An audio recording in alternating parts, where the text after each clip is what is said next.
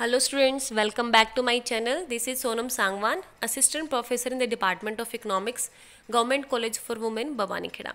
So today our topic of discussion is ISLM analysis. ISLM analysis macro economics का एक बहुत important topic है। इसको हम 2 पार्ट्स के अंदर डिस्कस करेंगे। आज के वीडियो लेक्चर में हम पार्ट 1 को डिस्कस कर रहे हैं एंड रिमेनिंग पार्ट हम नेक्स्ट वीडियो लेक्चर के अंदर डिस्कस करेंगे। तो आज के लेक्चर के अंदर हम जो सब टॉपिक्स डिस्कस करने जा रहे हैं that is why ISLM analysis, यानी ISLM एनालिसिस की हमें क्यों नीड हुई, क्यों ज़रूरत हुई। Next is what is ISLM analysis, कि ISLM एनालिसिस क्या होता है, IS curve and it's derivation, IS curve क्या है और IS कर्व को हम डिराइव कैसे करते हैं। In the last LM curve and it's derivation, LM curve क्या होता है एंड उसको डिराइव कैसे करते हैं। तो सबसे पहले वाई ISLM एनालिसिस, हमें ISLM एनालिसिस की ज़रूरत क्यों पड़ी। देखिए, इसके लिए हम इसको जानने के लिए, समझने के लिए हमें हिस्ट्री में जाना पड़ेगा। रेट ऑफ इंटरेस्ट डिटर्मिनेशन की 2 मेन थ्योरी थी। Classical theory of rate of interest determination, ब्याज की दर निर्धारण करने के लिए, and Keynesian theory of rate of interest determination. अब क्लासिकल इकोनॉमिस्ट में थ्योरी में क्लासिकल इकोनॉमिस्ट ने क्या आर्ग्यू किया कि rate of interest is a real phenomena, that is a मतलब एक वास्तविक धारणा है, और rate of interest is determined by saving and investment, कि सेविंग और इन्वेस्टमेंट जहाँ पे भी इक्विलिब्रियम में आ जाएंगे, जहाँ पे भी एस और आई इक्वल हो जाएंगे, वहाँ पे रेट ऑफ इंटरेस्ट डिटरमाइन हो जाएगी। क्लासिकल इकोनॉमिक्स का ये आर्ग्यूमेंट था। अब सेम टाइम पे केंजियन थ्योरी थी, उसमें केंज ने क्या आर्ग्यू किया कि rate of interest is a purely a monetary phenomena, कि रेट ऑफ इंटरेस्ट एक प्योरली एक मौद्रिक धारणा है and it is determined by demand for money and supply of money, कि मुद्रा की मांग और मुद्रा की पूर्ति जहाँ पे इक्विलिब्रियम में आ जाते हैं, दोनों मिलके रेट ऑफ इंटरेस्ट को डिटरमाइन करते हैं। बट दोनों के ही आर्ग्यूमेंट्स को चैलेंज किया गया, दोनों के ही आर्ग्यूमेंट्स या दोनों की ही थ्योरीज थी वो इनडिटर्मिनेट थी, यानी अनिर्धारित थी, उससे कोई रिजल्ट्स निकल के नहीं आए। दोनों के ही आर्ग्यूमेंट्स को चैलेंज कैसे किया देखते गए कि केंज ने क्लासिकल इकोनॉमिक्स थ्योरी थी उसको चैलेंज कैसे किया है, उसको कैसे क्रिटिसाइज किया। क्लासिकल इकोनॉमिक्स के अकॉर्डिंग क्या था कि rate of interest is determined by saving and investment equilibrium equality. तो रेट ऑफ इंटरेस्ट, बट केंज कैसे क्रिटिसाइज करता है, केंज कैसे क्या आर्ग्यू करते हैं कि rate of interest affects the level of GDP bye its effect on investment, कि हमें सेविंग, अब क्लासिकल कहते हैं कि सेविंग और इन्वेस्टमेंट दोनों मिलके ब्याज की दर को निर्धारित करेंगे, बट केन्स आर्ग्यू कहता है कि सेविंग का पता करने के लिए पहले हमें इनकम का लेवल पता होना चाहिए, कि लेवल ऑफ इनकम पे सेविंग डिपेंड करती है। इनकम ज़्यादा होती है तो सेविंग ज़्यादा होगी, इनकम कम है तो सेविंग कम होगी। और सेम टाइम पे इनकम का पता होने के लिए हमें लेवल ऑफ इन्वेस्टमेंट पता होना चाहिए। जैसे मल्टीप्लायर इफेक्ट जो वर्क करते हैं, फंक्शन में आता है कि जब हम इन्वेस्टमेंट इंक्रीज करते हैं तो इनकम मल्टीपल टाइम्स इंक्रीज हो जाती है। तो लेवल ऑफ इनकम का पता होने के लिए हमें लेवल ऑफ इन्वेस्टमेंट पता होना चाहिए, और सेम टाइम पे लेवल ऑफ इन्वेस्टमेंट का पता होने के लिए हमें रेट ऑफ इंटरेस्ट का पता होना चाहिए। ठीक है, क्योंकि रेट ऑफ इंटरेस्ट और जो इन्वेस्टमेंट है दोनों में अपोजिट रिलेशनशिप है। रेट ऑफ इंटरेस्ट कम होगा तो लेवल ऑफ इन्वेस्टमेंट हाई होगा, रेट ऑफ इंटरेस्ट ज़्यादा है तो लेवल ऑफ इन्वेस्टमेंट कम होगा। तो बेसिकली हमें सेविंग का पता होने के लिए रेट ऑफ इंटरेस्ट का तो ऑलरेडी पता होना चाहिए, तो सेविंग कैसे रेट ऑफ इंटरेस्ट को डिटरमाइन करेगी उसका तो हमें पहले से पता होना चाहिए। तो ऐसे केंज ने क्लासिकल इकोनॉमिक्स की जो थ्योरी थी रेट ऑफ इंटरेस्ट डिटर्मिनेशन की, उसको चैलेंज किया कि इसके जो रिजल्ट्स है वो इनडिटर्मिनेंट है, अनिर्धारित हैं, यानी ये थ्योरी अनिर्धारित है। अब सेम टाइम पे जो केंज के जो आर्ग्यूमेंट्स थे वो उसकी खुद की थ्योरी पे भी एप्लीकेबल थे। अब केंज क्या कहता है अपनी थ्योरी के अंदर कि rate of interest is a monetary phenomena and it is determined by demand for money and supply of money, की मुद्रा की मांग और मुद्रा की पूर्ति मिलकर रेट ऑफ इंटरेस्ट को डिटरमाइन करेंगे।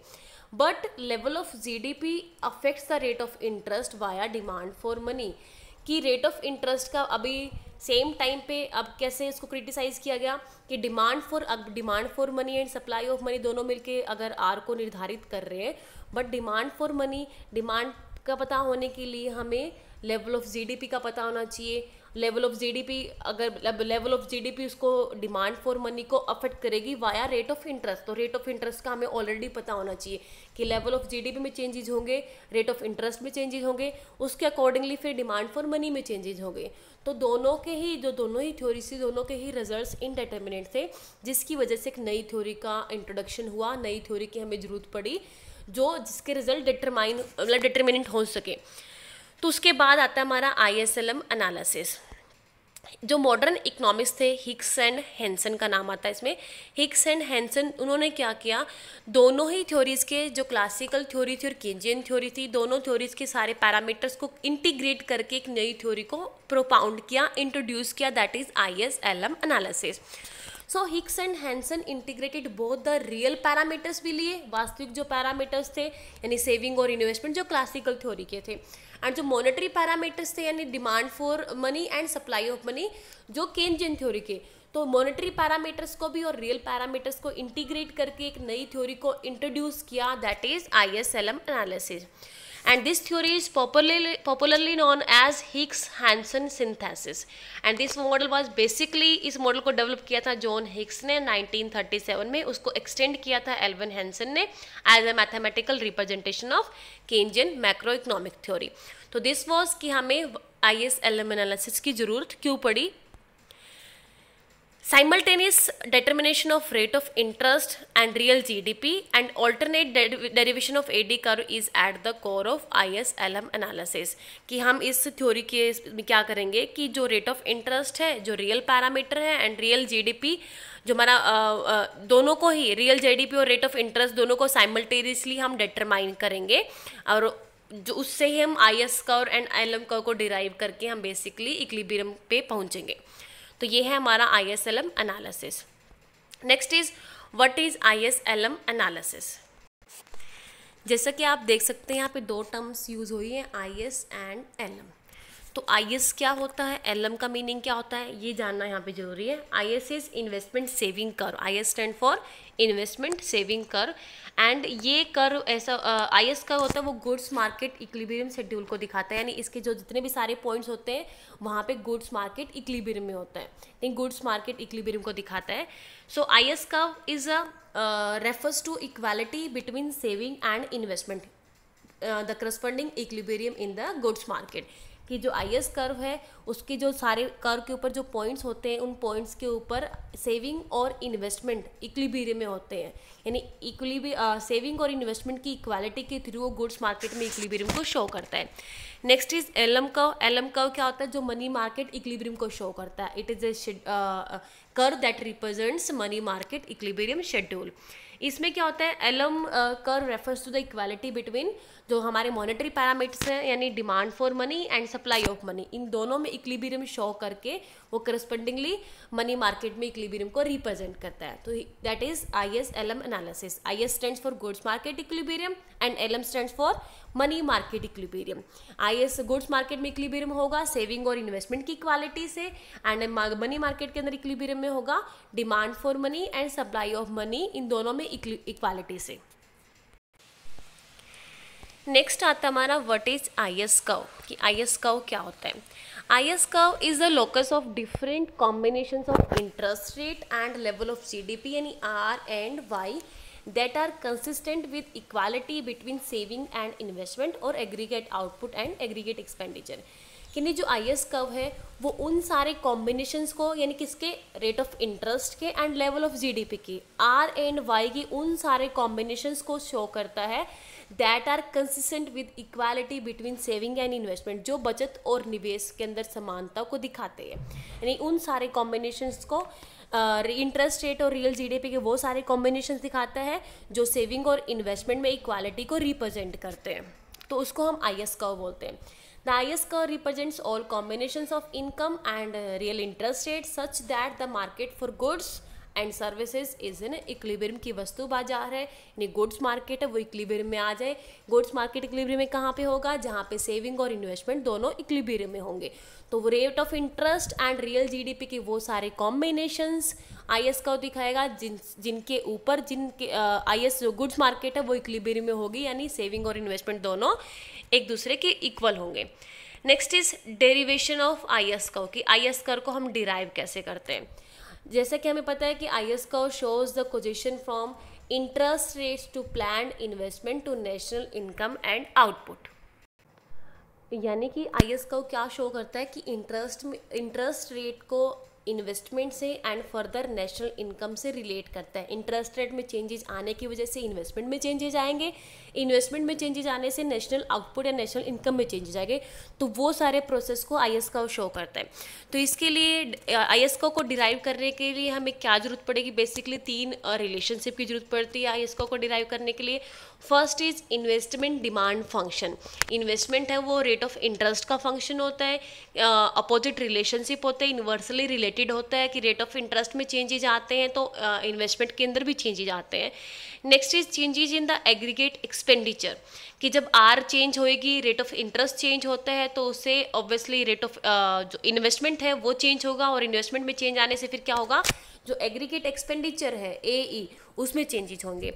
And third is relationship between different levels of R and GDP, जो रेट ऑफ इंटरेस्ट है एंड जीडीपी की है उन सब के जो डिफरेंट जो लेवल्स के जो रिलेशनशिप होंगे, कॉम्बिनेशंस होंगे, वो शो किए जाएंगे जो आई और एस के बीच में इक्वालिटी को रिप्रेजेंट करेंगे और आई एस को डिराइव करेंगे।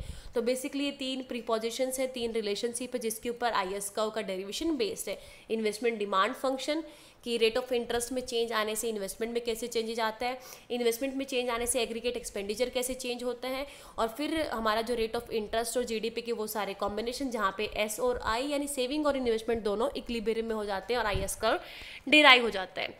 तो इसके लिए फर्स्ट हम ले रहे हैं x derivation of I S curve के लिए इन्वेस्टमेंट डिमांड फंक्शन की बात करते हैं। जो फर्स्ट रिलेशनशिप हमारी investment demand function X axis and Y axis, X axis के ऊपर हमने शो कर रहे हैं level of investment and Y axis के ऊपर शो कर रहे हैं हम रेट ऑफ इंटरेस्ट। तो यू कैन सी कि जो इन्वेस्टमेंट डिमांड कर्व है that has a negative slope, downward slope, यानी जो रेट ऑफ इंटरेस्ट और लेवल ऑफ इन्वेस्टमेंट है इन दोनों के बीच में जो रिलेशनशिप होती है that is of inverse nature, opposite nature, कि दोनों के बीच में उल्टा विपरीत संबंध होता है। कि जो रेट ऑफ इंटरेस्ट हमारी यू कैन सी कि आर नॉट है तो रेट ऑफ जो हमारा लेवल ऑफ इन्वेस्टमेंट है इज ऑल आई नॉट, जब रेट ऑफ इक्विलिब्रियम पॉइंट है वो ई है, यानी जहाँ पे rate of interest R naught and I naught है। नेक्स्ट इज जब रेट ऑफ इंटरेस्ट इंक्रीज होके R1 हो जाती है तो हमारा जो लेवल ऑफ इन्वेस्टमेंट है वो कम होके I1 हो जाता है।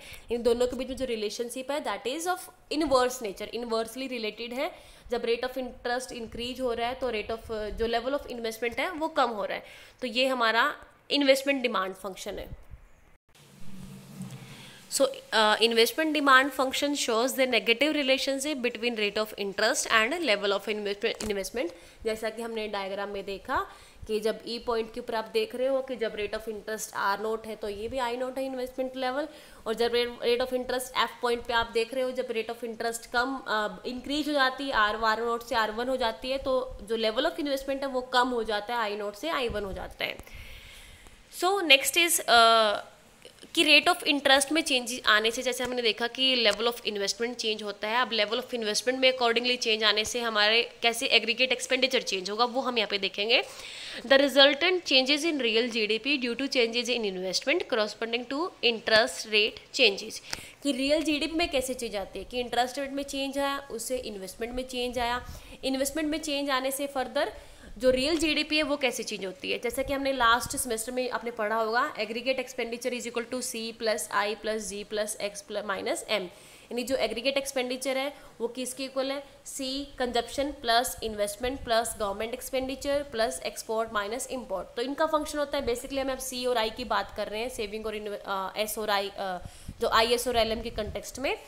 तो हम यहाँ पे देखेंगे कि जैसे हमने लास्ट स्लाइड में देखा कि जो रेट ऑफ इंटरेस्ट में चेंज आने से कैसे इन्वेस्टमेंट में चेंज आया। अब क्या करेंगे हम फर्दर इन्वेस्टमेंट में लेवल में चेंज आने से एग्रीगेट एक्सपेंडिचर में कैसे चेंज आएगा, क्योंकि aggregate expenditure is a sum of C plus I, तो I में चेंज आने से ऑब्वियसली एग्रीगेट एक्सपेंडिचर में चेंजेस आएंगे। तो ये हमारा है एग्रीगेट एक्सपेंडिचर कर्व AE0, ये हमारा है आउटपुट लाइन जो 45 डिग्री के ऊपर है OY, जहाँ पे भी दोनों इक्विलिब्रियम होंगे that is a point of equilibrium जहाँ पे level of real GDP decide होगा। ई पॉइंट इक्विलिब्रियम पे देख सकते हैं हम, तो लेवल ऑफ जीडीपी यहाँ पे ई पॉइंट पे है वाई नॉट। तो अब हम देखेंगे कि इन्वेस्टमेंट में चेंज आया था जिससे आई से आई नोट से I1 हुआ था लास्ट स्लाइड में, तो लेवल ऑफ इन्वेस्टमेंट में चेंज आने से एग्रीगेट एक्सपेंडिचर में कैसे चेंज हुआ। तो जब लेवल ऑफ इन्वेस्टमेंट कम हुआ था तो उससे हमारा एग्रीगेट एक्सपेंडिचर है वो भी कम होकर कितना होगा AE1। तो हमारा जो न्यू इक्विलिब्रियम पॉइंट है दैट इज पॉइंट F। तो यहाँ पे जो लेवल ऑफ GDP है इट्स ऑल्सो Y1। तो लेवल ऑफ GDP कैसे चेंज हुई है, तो अब हमने देखा कि जो रेट ऑफ इंटरेस्ट में चेंजेज आते हैं तो उससे लेवल ऑफ इन्वेस्टमेंट में चेंज आता है, लेवल ऑफ इन्वेस्टमेंट में चेंज आता है तो फर्दर उससे जो हमारा एग्रीगेट एक्सपेंडिचर है एग्रीगेट एक्सपेंडिचर में चेंजेज आते हैं। तो ये हमने देखा कि एग्रीगेट एक्सपेंडिचर कर्व है वो डाउनवर्ड शिफ्ट हुआ और जिससे हमारा जो लेवल ऑफ GDP है लेवल ऑफ GDP कम होके Y0 से Y1 हो गया। तो that is AE aggregate expenditure at R0 I0 कि जब R0 और I0 का कॉम्बिनेशन था, जब E पॉइंट के ऊपर E पॉइंट इक्विलिब्रियम है उसके ऊपर हमारा ये एग्रीगेट एक्सपेंडिचर था, और this is AE1 eight R1 I1 कि जो पॉइंट F है, point F is a combination of R1 and I1 कि R1 और I1 के ऊपर हमारा जो नया एक्सपेंडिचर कर्व है एग्रीगेट एक्सपेंडिचर का दैट इज AE1। तो जो पॉइंट F इक्विलिब्रियम को शो कर रहा है जिस पे रियल GDP हमारी वो कम हो गई है। सो नेक्स्ट हम देखते हैं कि कैसे रेट ऑफ इंटरेस्ट से चेंज आने से इन्वेस्टमेंट में चेंज आया, इन्वेस्टमेंट में चेंज आने से एग्रीगेट एक्सपेंडिचर में चेंज आया कि जो एग्रीगेट एक्सपेंडिचर वो कम होके AE1 हो गया, इक्विलिब्रियम पॉइंट होके E से F शिफ्ट हो गया, और जो level of GDP that is Y0 से Y1 कम होके Y1 हो गया। तो ये हमारा दिखा रहा है गुड्स मार्केट इक्विलिब्रियम को, जहाँ पे हमारा AE aggregate expenditure aggregate output के इक्वल है। तो हमने लास्ट सेमेस्टर में आपने पढ़ा होगा कि जहाँ पे एग्रीगेट एक्सपेंडिचर और एग्रीगेट आउटपुट जहाँ पे इक्विलिब्रियम में होते हैं वहाँ पे सेविंग और इन्वेस्टमेंट भी इक्विलिब्रियम में होते हैं, एस और आई दोनों एक दूसरे के बराबर होते हैं। यहाँ पे हम ले रहे हैं वाई एक्सिस के ऊपर saving and investment, this is our investment curve parallel to X axis and this is our saving curve जो नेगेटिव ओरिजिन पॉइंट से नीचे स्टार्ट हो रहा है, और जहाँ पे भी हमारा गुड्स मार्केट इक्विलिब्रियम में है यानी AE और Y दोनों इक्विलिब्रियम में है, इसी पॉइंट के ऊपर हमारा सेविंग और इन्वेस्टमेंट है वो भी इक्विलिब्रियम में, ये रिप्रेजेंट कर रहा है सेविंग एंड इन्वेस्टमेंट इक्वालिटी को। तो हमने देखा कि रेट ऑफ इंटरेस्ट में चेंज आने से इन्वेस्टमेंट कम हुआ, इन्वेस्टमेंट कम हो रहा है, इन्वेस्टमेंट कम होने से हमारा एग्रीगेट एक्सपेंडिचर भी कम हो गया। तो इन्वेस्टमेंट कम होकर मैंने शो किया हुआ है I0 से I1 हो रखा है, तो जिससे रियल ऑफ जो लेवल ऑफ GDP है वो भी कम होके Y0 से Y1 हो गया। तो ये हमारा शो कर रहा है सेविंग इन्वेस्टमेंट इक्वालिटी को। अब फर्दर हम ड्राइव कर रहे हैं IS कर्व को। IS curve is a combination of rate of interest and level of GDP। तो इन दोनों के कॉम्बिनेशंस को दिखाता है, रेट ऑफ इंटरेस्ट और लेवल ऑफ GDP के। तो हम एक्स एक्सिस के ऊपर लेके चलेंगे level of investment and Y axis के ऊपर लेके चलेंगे हम रेट ऑफ इंटरेस्ट। तो rate of interest and level of GDP इन दोनों के कॉम्बिनेशन को शो करता है। तो यहाँ से आप रेट ऑफ इंटरेस्ट को लेके आओगे R0 एंड R1 एंड यहाँ से आप लेके आओगे Y0 and Y1, origin point R0 and R1, Y0 and Y1 इन दोनों के कॉम्बिनेशन को शो करके R0, Y0 and R1, Y1 इनके कॉम्बिनेशन से हमें मिलता है IS कर्व यानी इन्वेस्टमेंट सेविंग कर्व, जहाँ पे E पॉइंट है वो शो कर रहा है R0 interest rate and Y0 level of GDP and F curve है वो शो कर रहा है R1, Y1 कॉम्बिनेशन को। तो this is the derivation of IS curve, level of GDP and rate of interest इन दोनों के कॉम्बिनेशंस को शो करता है, जहाँ पे सेविंग और इन्वेस्टमेंट है वो इक्विलिब्रियम में होंगे यानी गुड्स मार्केट इक्विलिब्रियम में होगा। तो ये शो करता है हमारा IS का। इसके लिए हमने क्या किया, तीन मेन रिलेशनशिप थी, investment demand function, investment function को दिखाया जो कि रेट ऑफ इंटरेस्ट का फंक्शन है, ठीक है, और इन्वर्स फंक्शन है।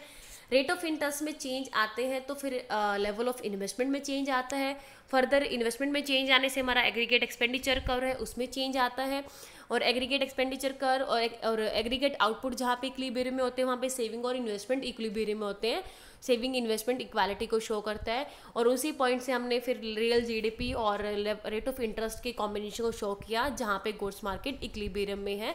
तो IS का हमें मिल गया यहाँ पे जो कि डाउनवर्ड स्लोपिंग है यानी नेगेटिव स्लोप का है, डाउनवर्ड नेचर का है IS का। तो यही हमारा शो कर रहा है दोनों के बीच में जो रिलेशनशिप है level of GDP and rate of interest interest, इन दोनों के बीच में इनवर्स रिलेशनशिप को शो करता है कि जब रेट ऑफ इंटरेस्ट कम होता है तो लेवल ऑफ जीडीपी ज़्यादा होता है, रेट ऑफ इंटरेस्ट ज़्यादा होता है तो लेवल ऑफ जीडीपी कम होता है। और ये सारा जो प्रोसेस होता है वो होता है वाया लेवल ऑफ इन्वेस्टमेंट में चेंजेस होके, कि रेट ऑफ इंटरेस्ट में चेंज आने से इन्वेस्टमेंट में चेंज आया, एग्रीगेट एक्सपेंडिचर में चेंज आया और इक्विलिब्रियम में ऐसे लेवल ऑफ जीडीपी में चेंजेस आया। तो ये था हमारा डेरिवेशन ऑफ आईएस कर्व। अब नेक्स्ट हम देखते हैं व्हाट इज एलएम कर्व, कि एलएम कर्व क्या होता है। एलएम जैसे कि आईएस कर्व शो करता था हमारा combination of rate of interest and level of GDP. So LM curve shows all the combination of rate of interest and level of GDP for which the money market is in equilibrium. अब IS curve show करते हैं goods market equilibrium को, कि level of GDP यानी real GDP और rate of interest के वो सारे कॉम्बिनेशन जो गुड्स मार्केट में इक्विलिब्रियम को रिप्रेजेंट करेंगे।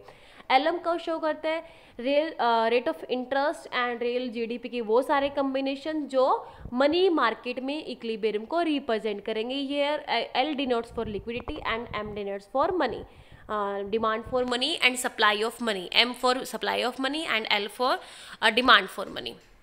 So LM curve is a graph of combination of real income यानी Y and real rate of interest यानी R such that money market is in equilibrium यानी money supply is equal to money demand। अब हम देखते हैं money की demand क्यों जाती है। बेसिकली केन्स कहते हैं कि मनी की डिमांड है बेसिकली तीन मेन पर्पज़ के लिए होती है, ट्रांजैक्शन पर्पज़ के लिए, प्रिकॉशनरी पर्पज़ के लिए and speculative demand for money speculative purpose के लिए। तो सबसे पहले हम बात करते हैं ट्रांजैक्शन पर्पज़ के लिए डिमांड क्यों आती है। ट्रांजैक्शन पर्पज़ के लिए जब डिमांड की आती है और प्रिकॉशनरी पर्पज़ के लिए डिमांड की आती है, वो फंक्शन होती है लेवल ऑफ इनकम का, कि लेवल ऑफ इनकम के ऊपर डिपेंड करता है हमारा डिमांड फॉर मनी। इनकम ज़्यादा होगी तो डिमांड ज़्यादा होगी, इनकम कम होगी तो डिमांड कम होगी, यानी जो हमारा कर्व होगा that is of positive slope, कि जब हमारी इनकम वाई नोट है तो डिमांड हमारी एम नोट है। यहाँ M stands for demand for transaction and precautionary purposes and यहाँ पे हमने लिया है level of income Y axis के ऊपर। तो जो हमारा स्लोप मिला है, ये हमारा जो कर्व मिला है डिमांड फॉर मनी, ये पॉजिटिव स्लोप का, यानी जब हमारी इनकम वाई नोट है तो हमारा demand for money that is M naught, Y one पे एम वन। तो ये हमें पॉइंट्स मिल गए हैं इक्विलिब्रियम के। तो ट्रांजैक्शन डिमांड फॉर मनी, अब transaction demand for money and precautionary demand for money सिर्फ लेवल ऑफ इनकम के फंक्शन होते हैं। तो अगर हम इसको रेट ऑफ इंटरेस्ट से अगर इसको रिलेट करके देखते हैं तो रेट ऑफ इंटरेस्ट का डिमांड फॉर मनी पे कोई इफेक्ट नहीं आता। रेट ऑफ इंटरेस्ट अगर आर नोट है या आर वन आर टू जितना भी है, कम है ज़्यादा है, तो हमारा जो level of demand for money है वो सेम कॉन्स्टेंट है, that is O M zero. तो ये हमारा level of demand for money रहेगा, कि रेट ऑफ इंटरेस्ट का इससे कोई रिलेशन नहीं है, क्योंकि it is only determined by level of income, कि लेवल ऑफ इनकम हमारी इनकम ज़्यादा है तो हम मनी ट्रांजैक्शन और प्रिकॉशनरी पर्पज़ के लिए मनी ज़्यादा होल्ड करके रखेंगे, इनकम कम है तो कम होल्ड करके रखेंगे। रेट ऑफ इंटरेस्ट का इनके ऊपर कोई अफेक्ट नहीं होता, रेट ऑफ इंटरेस्ट से ये रिलेटेड नहीं होते। अब हम देखते हैं स्पेकुलेटिव डिमांड फॉर मनी। यहाँ पे वाई एक्सिस के ऊपर रेट ऑफ इंटरेस्ट, जो स्पेकुलेटिव डिमांड फॉर मनी है वो रेट ऑफ इंटरेस्ट के ऊपर डिपेंड करता है। तो ये कर्व हमने लिया है डाउनवर्ड स्लोपिंग, जो कि रेट ऑफ इंटरेस्ट से अफेक्टेड होती है speculative demand for money. Money की डिमांड स्पेकुलेटिव पर्पज़ के लिए यानी सट्टा उद्देश्य के लिए, अगर हम कोई फ्यूचर को, कोई इन्वेस्टर्स होते हैं फ्यूचर को मतलब फोरकास्ट कर पाते हैं करेक्टली, तो वो सट्टा लगाते हैं बाजार में, तो उसके लिए मनी की डिमांड की जाती है। तो स्पेकुलेटिव पर्पज़ के लिए demand for money rate of interest से इन्वर्सली रिलेटेड होती है, कि जब रेट ऑफ इंटरेस्ट ज़्यादा है तो जो रेट ऑफ जो स्पेकुलेटिव डिमांड फॉर मनी कम है, क्योंकि लोग क्या करेंगे सट्टे में लगाने के बजाय उसको बैंक में रखना ज़्यादा पसंद करेंगे, उससे ज़्यादा ब्याज कमाना पसंद करेंगे। तो इसलिए मनी की डिमांड स्पेकुलेटिव पर्पज़ के लिए कम होती है जब रेट ऑफ इंटरेस्ट ज़्यादा है, क्योंकि बैंक में रखना ज़्यादा ईजी होगा उनके लिए, मतलब फीजिबल होगा, प्रेफरेबल होगा। जब रेट ऑफ इंटरेस्ट कम हो जाती है तो डिमांड फॉर स्पेकुलेटिव पर्पज़ वो भी इंक्रीज हो जाती है, कि उससे क्या करेंगे लोग फिर बैंक में, क्योंकि ब्याज की दर कम है तो वो पैसे से ही पैसा कमाना पसंद करेंगे, कि पैसे को सट्टा बाजार में लगा के वो वहाँ पे मनी कमाना ज़्यादा प्रेफर करेंगे। तो रेट ऑफ इंटरेस्ट कम हो जाती है तो speculative demand for money increase हो जाती है। जैसे आप देख सकते हो पहले रेट ऑफ इंटरेस्ट R0 है तो speculative purpose demand for money that is M0, कम हो जाती है R1 हो गई है तो वो M1 हो गई है, बढ़ के R2 जाती है तो फिर ये बिल्कुल यहाँ पे पैरेलल टू या कोइंसाइड कर जाती है बिल्कुल पैरेलल टू एक्स एक्सिस, यानी जब level of rate of interest इतना कम हो जाता है कि लोग सारा का सारा पैसा अपने पास होल्ड करके रखना पसंद करते हैं। इसको लिक्विडिटी ट्रैप कहते हैं। हम बाद में डिस्कस करेंगे इसके बारे में। तो इतना लेवल ऑफ इनकम, इतना जो level of rate of interest है वो इतना कम हो जाए कि लोग अपने पास ही सारी मनी होल्ड करना पसंद करें। तो बिल्कुल जो speculative purpose demand for money है वो बिल्कुल पैरेलल टू एक्सेस हो जाती है। तो इस जो फेज उसको बोलते हैं लिक्विडिटी ट्रैप। तो हमने देखा डिमांड फॉर मनी 3 तरह के मेन पर्पज़ हैं। ट्रांजैक्शन पर्पज़ यानी लेन देन के उद्देश्य से, प्रिकॉशनरी सावधानी उद्देश्य कि फ्यूचर में कोई इमरजेंसी आ जाती है तो उसके लिए जो पैसा होल्ड करके रखते हैं, एंड स्पेक्युलेटिव पर्पज़ सट्टा उद्देश्य के लिए। जो transaction and precautionary demand for money है वो लेवल ऑफ इनकम का फंक्शन होते हैं कि लेवल ऑफ इनकम पे डिपेंड करते हैं और इनका पॉजिटिव रिलेशनशिप होता है। इनकम ज़्यादा है तो डिमांड ज़्यादा है, इनकम कम है तो डिमांड फॉर मनी कम है। ये रेट ऑफ इंटरेस्ट से रिलेट नहीं होते, यानी रेट ऑफ इंटरेस्ट में चेंजेस आने का इस पर्पज़ की डिमांड फॉर मनी पे कोई चेंज नहीं आता। एंड थर्ड वन इज जो स्पेकुलेटिव डिमांड फॉर मनी है वो रेट ऑफ इंटरेस्ट का फंक्शन होता है और इनवर्स फंक्शन होता है। कम रेट ऑफ इंटरेस्ट ज़्यादा demand for money, and high rate of interest पे डिमांड फॉर मनी वो कम हो जाती है। नेक्स्ट हम देखते हैं supply of money. Supply of money हम अज्यूम करके चलें कि किसी भी इकोनॉमी में एक टाइम पे सप्लाई ऑफ मनी है वो कांस्टेंट रहती है। सप्लाई ऑफ मनी कौन करता है? आरबीआई करता है। जो करेंसी एंड नोट जो आरबीआई इशू करते हैं, जो सर्कुलेशन में होते हैं इकोनॉमी में, उसको हम सप्लाई ऑफ मनी बोलते हैं। तो हम इस ISLM एनालिसिस के अंदर ये अज्यूम करके चले कि सप्लाई ऑफ मनी है वो एक टाइम पे एक क्योंकि फ्लो कंसेप्ट है, एक टाइम पे ये कांस्टेंट रहती है, ये जो हमें यहाँ पे करके चले। तो सप्लाई ऑफ मनी जो कर्व है that is vertical to parallel to vertical axis, यानी एक्स एक्सिस के ऊपर हमने सप्लाई ऑफ मनी को यहाँ पे शो किया हुआ है। तो ये बिल्कुल रेट, किसी भी रेट ऑफ इंटरेस्ट का कोई चेंज का कोई इफेक्ट नहीं आता है, रेट ऑफ इंटरेस्ट कम ज़्यादा हो, बट ये एक टाइम पे कॉन्स्टेंट रहती है, स्थिर रहती है। तो ये हम सप्लाई ऑफ मनी को जूम करके चल रहे हैं for simplification. Next is total demand for money. Total demand for money जैसा कि हमने देखा था कि टोटल डिमांड फॉर मनी है वो 3 पर्पज होते हैं, स्पेक्युलेटिव, ट्रांजैक्शन एंड प्रिकॉशनरी। तो प्रिकॉशनरी पर transaction and precautionary demand for money is a function of level of income. यहाँ पे हम ले रहे हैं एक्स एक्सिस के ऊपर टोटल डिमांड फॉर मनी में, एक्स एक्सिस के ऊपर demand for money and Y axis पे रेट ऑफ इंटरेस्ट। तो जैसे कि हमने देखा था ट्रांजैक्शनरी और precautionary purpose for demand for money है वो सिर्फ लेवल ऑफ इनकम पे डिपेंड करती है, तो रेट ऑफ इंटरेस्ट उनको अफेक्ट नहीं करता है। तो हम यहाँ पे जो transaction and precautionary demand for money उसको हम कॉन्स्टेंट लेके चल रहे हैं, स्थिर लेके चल रहे हैं एक level of rate of interest के ऊपर, कि उसका कोई इफेक्ट नहीं पड़ता रेट ऑफ इंटरेस्ट का उसके ऊपर, तो ये स्थिर रहेगी। नेक्स्ट हम लेके चल रहे हैं क्योंकि टोटल डिमांड फॉर मनी को हम फाइंड आउट कर रहे हैं, तो हमें तीनों ही पर्पज की जो डिमांड फॉर मनी है उनको हमें क्लब करना होगा। That is speculative demand for money, that is a inverse function of rate of interest. तो ये होगा हमारा total demand for money at Y0 level of income, क्योंकि अगर लेवल ऑफ इनकम इंक्रीज हो जाता है तो हमारा जो ट्रांजैक्शन डिमांड फॉर मनी है ये भी शिफ्ट होके यहाँ पे शिफ्ट हो जाएगा। तो ये Y0 लेवल ऑफ इनकम के ऊपर हमारा टोटल डिमांड फॉर मनी है, जिसका रेट ऑफ इंटरेस्ट के जो स्पेकुलेटिव पर्पज पर डिमांड फॉर मनी है ये हमारा रेट ऑफ इंटरेस्ट से अफेक्टेड होता है, इनवर्स फंक्शन होता है हमारा। तो ये हमारा है टोटल डिमांड फॉर मनी, यानी MD is equal to MTP plus MS, यानी total demand for money is equal to demand for money for transaction and precautionary motive plus speculative demand for money. जो precautionary and transaction purpose के demand for money है वो level of income का function है, Y का function है, और speculative demand for money वो R का फंक्शन है, रेट ऑफ इंटरेस्ट का फंक्शन है। तो this is supply of money and total demand for money. Supply of money constant रहती है क्योंकि मॉनेटरी अथॉरिटी इशू करती है जो भी सर्कुलेशन में करेंसी होती है एक टाइम पे, उसको हम अज्यूम करके चलते हैं कि वो कांस्टेंट रहेगी, स्थिर रहेगी। And total demand for money हमने देखा कि कैसे इन दोनों का जोड़ होती है, transaction, precautionary and speculative demand for money. Next हम देखते हैं मनी मार्केट इक्विलिब्रियम। अब गुड्स मार्केट को हमने इक्विलिब्रियम में शो किया IS कर्व की डेरिवेशन के थ्रू, कि जब गुड्स मार्केट इक्विलिब्रियम में होगी तो हमने कैसे वहाँ पे IS कर्व डिराइव किया। तो मनी मार्केट जहाँ पे इक्विलिब्रियम होती है वहाँ से हम LM कर्व को डिराइव करेंगे। तो मनी मार्केट इक्विलिब्रियम में कहाँ पे होगी? तो यहाँ पे हमने एक्स एक्सिस पे लिया है supply and demand for money, and Y axis के ऊपर रेट ऑफ इंटरेस्ट, ये हमारा सप्लाई ऑफ मनी है जो कि एक टाइम पे कांस्टेंट रहती है, and that is demand for money, money demand function at Y0। यानी लेवल ऑफ इनकम जब y 0 है तो उस पर डिमांड फॉर मनी। अब दोनों जहाँ पे MD और MS यानी demand for money and supply of money जहाँ पे इक्विलिब्रियम में होंगे वहाँ पे रेट ऑफ इंटरेस्ट हमारा डिसाइड हो जाएगा R0, इक्विलिब्रियम पॉइंट है E0, तो यहाँ पे रेट ऑफ इंटरेस्ट हमारा R0 डिसाइड होगा। ये मनी मार्केट इक्विलिब्रियम में जाती है।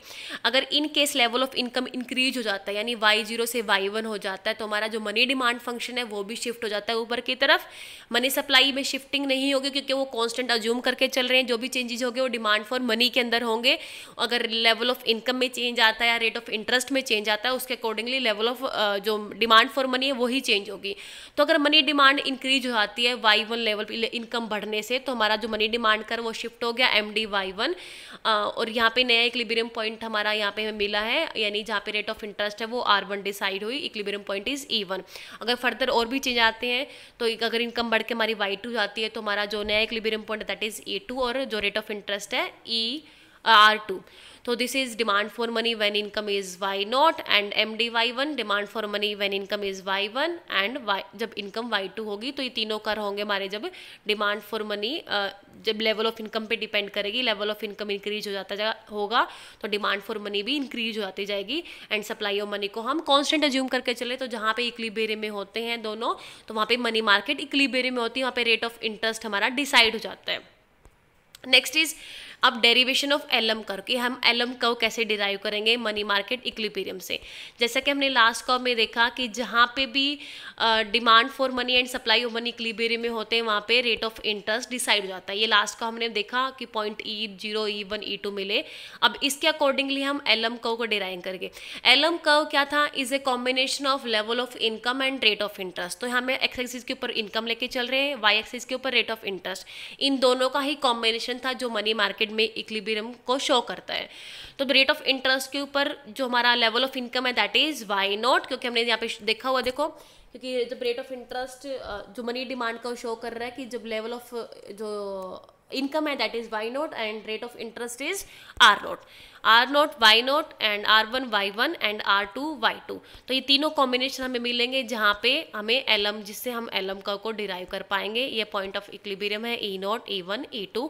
तो this is LM curve is a combination of all the points which shows the equilibrium in money market. जो मनी मार्केट में इक्वालिटी को यानी demand for money and supply of money में equality को शो करेंगे and this is our LM curve. So हमने ये देखा कि हमने ISLM एनालिसिस के अंदर इस वीडियो लेक्चर में कि IS कर्व क्या होता है, ISLM एनालिसिस की ज़रूरत क्यों पड़ी और ये क्या होता है ISLM एनालिसिस, IS कर्व क्या तो उसको डिराइव कैसे करते हैं, LM कर्व क्या होता है और LM कर्व को हम डिराइव कैसे करते हैं। तो ये था हमारा आज का topic. Thank you very much.